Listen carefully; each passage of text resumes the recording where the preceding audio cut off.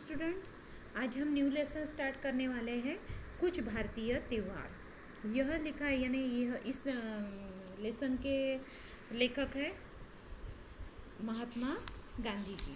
और महात्मा गांधी जी ने यानी मोहनदास करमचंद गांधी जी, और उन्होंने इस लेसन के माध्यम से कुछ भारतीय त्योहारों का महत्व हमें बताया है।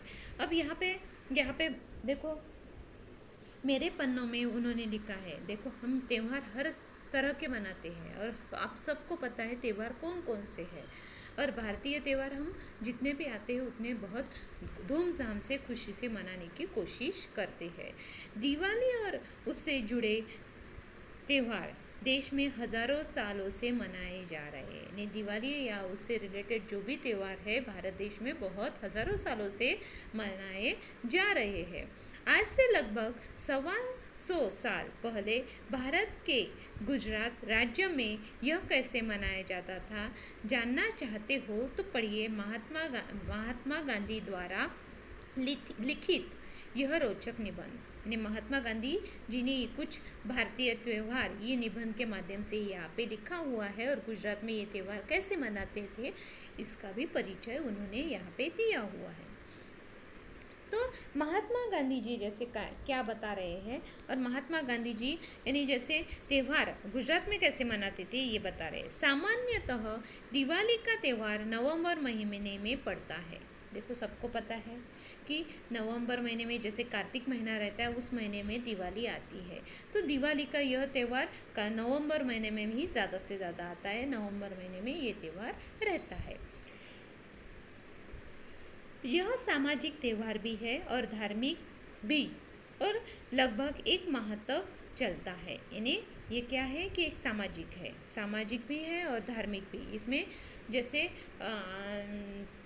समाज से रिलेटेड, यानी हम जैसे अकेले नहीं मनाते ये त्यौहार, ये पूरे समाज में मनाया जाता है। साथ में धार्मिक, इस त्यौहार में जैसे हम पूजाएं करते हैं, धार्मिक विधियाँ करते हैं, भगवान की पूजा करते हैं, जैसे लक्ष्मी माता की पूजा करते हैं। तो ये धार्मिक विधि भी, यानी ये सामाजिक त्यौहार भी है और धार्मिक भी। लगभग एक महीने तक ये त्यौहार चलता रहता है। अब अश्विन मास का प्रथम दिन, अश्विन मास का क्या है प्रथम दिन, इस भव्य दिन क्या होता है, इस भव्य दिन त्यौहार के आगमन का सूचक होता है। इस दिन क्या होता है, त्यौहार के सूचक का आगमन होता है इस भव्य दिन के समय में। इस त्यौहार के पहले 9 दिन, यानी इस त्यौहार के क्या होते हैं, पहले 9 दिन रहते हैं। नवरात्रि पहले 9 दिन माने जाते हैं। सबसे पहले त्यौहार शुरू हो जाता है, नवरात्रि आता है। नवरात्रि कितने दिन के लिए रहता है, 9 दिन के लिए। आप सबको पता है इसमें दशहरा भी आ जाता है। ये दिन गरबा के लिए विशेष उल्लेखनीय रहता है। इस दिनों में क्या होता है, नवरात्रि के दिनों में बहुत सारे लोग गरबा खेलने जाते हैं और विशेष उल्लेखनीय भी माना जाता है। गरबा के लिए क्या होता है, गरबा के लिए 20-30 या इससे भी ज़्यादा लोग एक घेरा बनाते हैं। आप सबको पता है कि गरबा कैसे खेला जाता है। तो 20-30 लोगों का घेरा जम जाता है और फिर घेरे के बाद हम गरबा खेलने लगते हैं। बीच में एक बड़ा सा दीप स्तंभ रखा जाता है, एक बड़ा सा जैसे दीप स्तंभ रखा जाता है, और आजू बाजू में जैसे सब गरबा खेलने के लिए शुरुआत करते हैं। गरबा के लिए 20-30 या इससे भी ज़्यादा क्या होंगे, यहाँ पे 20-30 से ज़्यादा भी लोग घेरा बना सकते हैं। इसी बीच में एक बड़ा सा दीप स्तंभ रहता है, वह कैसा रहता है, बहुत सुंदर और बड़ा सुंदर बनाया जाता है उस दीप स्तंभ को। और इसके चारों ओर क्या होता है, इसके चारों ओर बत्तियाँ जलाई जाती है। उस दीप स्तंभ के आजू बाजू में बत्तियाँ भी जलाई जाती है। बीच में ढोलक लिए हुए एक आदमी भी बैठा रहता है, वो आदमी ढोलक बजाता रहता है और उस दीप स्तंभ के बीच में रहता है।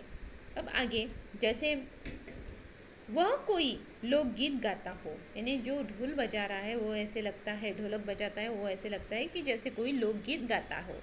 घेरे के लोग हाथ में ताल देकर उस गीत को दोहराते हैं। यानी उस जैसे घेरे के लोग, जो घेरा बना हुआ रहता है गरबा खेलने के लिए, तो वो लोग क्या करते हैं, उससे हाथ से ताल देकर उस गीत को दोहराने की कोशिश करते हैं। गाते गाते वो झूम झूम कर नाचते हुए वे दीप की परिक्रमा यानी जो दीपक है उस दीपक की परिक्रमा भी करते हैं, यानी जैसे उसको घेरा लगाने की, यानी उसको जैसे उससे उसके आगे उसके उसको उस दीप स्तंभ के आजू बाजू में घूमते रहते हैं।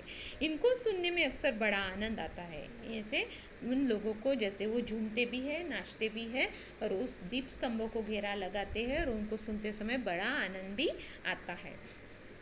किस बारे में शुरू है ये कुछ भारतीय त्यौहार। अब दिवाली जैसे एक महीने, दिवाली के पहले कौन से त्यौहार आते हैं और दिवाली के बाद में उसका पूरा जिक्र यहाँ पे बताया गया है। तो यहाँ पे ये भी बताया है कि जैसे किस तरह से उत्सव मनाए जाते हैं, उत्सव में क्या क्या। अब नवरात्रि में हम नवरात्रि मनाते हैं, पर परिक्रमा क्यों लगाई जाती है या गरबा क्यों खेला जाता है, इसके पीछे भी क्योंकि उस समय में यानी जैसे नवरात्रि जैसे देवी के दिन माने जाते हैं और उस दिन में जैसे गरबा खेलने के बाद देवी को प्रसन्नता मिलती है या प्रसन्न हो जाए, इस हिसाब से गरबा खेलने की कोशिश की जाती है।